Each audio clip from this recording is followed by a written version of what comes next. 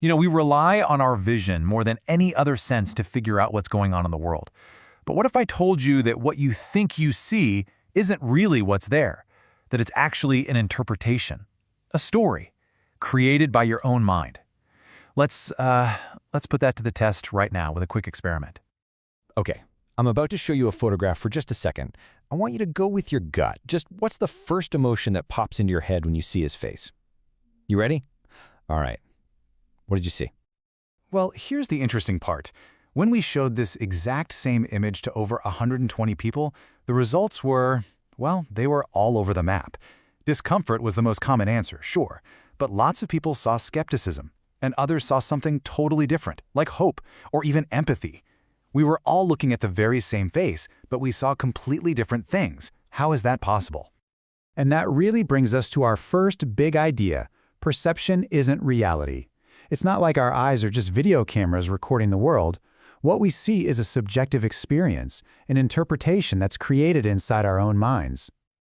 So here's how it works. Vision scientists will tell you that the amount of the world you can see with perfect, crisp clarity at any given moment is actually tiny. Like, hold your thumb out at arm's length. It's about that big. Everything else? It's a blur. So your brain has to do this incredible job of filling in all those gaps to make sense of the world. And to do that, it uses clues from your current thoughts, your feelings, and even your physical state. That whole process, that's your mind's eye at work. And this whole filling in the gaps thing doesn't just happen with faces. It turns out that our internal state, how we're feeling on the inside, is constantly, and often without us even realizing it, shaping our entire view of the world around us. And the research here is just fascinating. For example, studies have shown that dieters literally see apples as being bigger than people who aren't watching what they eat. Or get this, softball players who are in a hitting slump actually perceive the ball as being smaller than players who are on a hot streak. Their internal state, hunger or confidence, is physically changing what they see.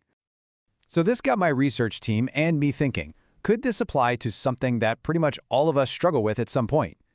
Health and fitness. Could our physical shape literally make exercise look harder? So we designed a study to find out.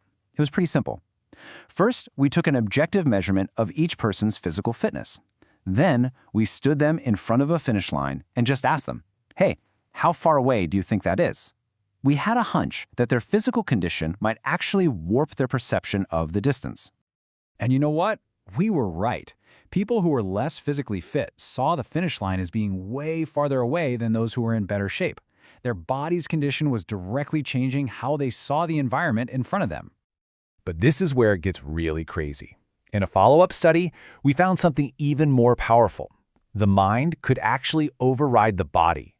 For people who were super motivated to exercise, it didn't matter what shape they were in. Even the most out-of-shape folks saw the distance as short, just as close, sometimes even closer, than people in peak physical condition. So that was a huge discovery. Our motivation can change how we see the world. And that led us to the next big question. If that's true, could we teach people a mental strategy that would help anyone make exercise look easier? We came up with a strategy based on how vision works, and we called it Keep Your Eyes on the Prize. Now, this isn't just some cheesy motivational slogan, it's a literal instruction. We told people to focus their gaze narrowly on the finish line, to imagine a spotlight was shining right on it, and to just let everything else in their peripheral vision fade into a blur. The result? It was stunning. People who used this simple visual trick saw the finish line as being a full 30% closer. But, okay, it looked closer. Did that actually make the task feel any different? Oh yeah, we had them walk to the finish line carrying weights, and afterwards they told us the exercise felt like it took 17% less effort. So not only did it look easier, it actually felt easier. But the real question is, did it change how they actually performed? And here's the kicker. This simple shift in perception led to a massive, real-world change in performance. The group that kept their eyes on the prize moved 23% faster than the other group. 23%. To give you some perspective on what 23% means, that's like trading in your old clunky family sedan for a high-performance sports car. It's a huge improvement, and it came from a simple mental trick that costs absolutely nothing. So, here's the crucial takeaway.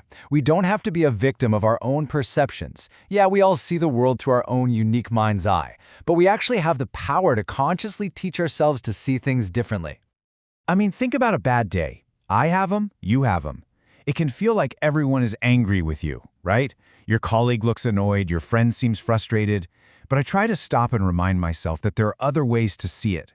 Maybe my colleague isn't annoyed, maybe she's just confused. Maybe my friend isn't frustrated, maybe he's just concerned.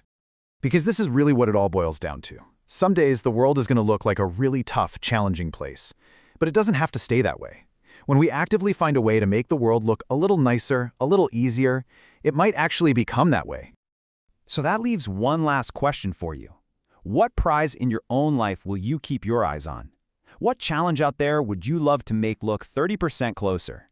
Think about it, because you really do have the power to change how you see it.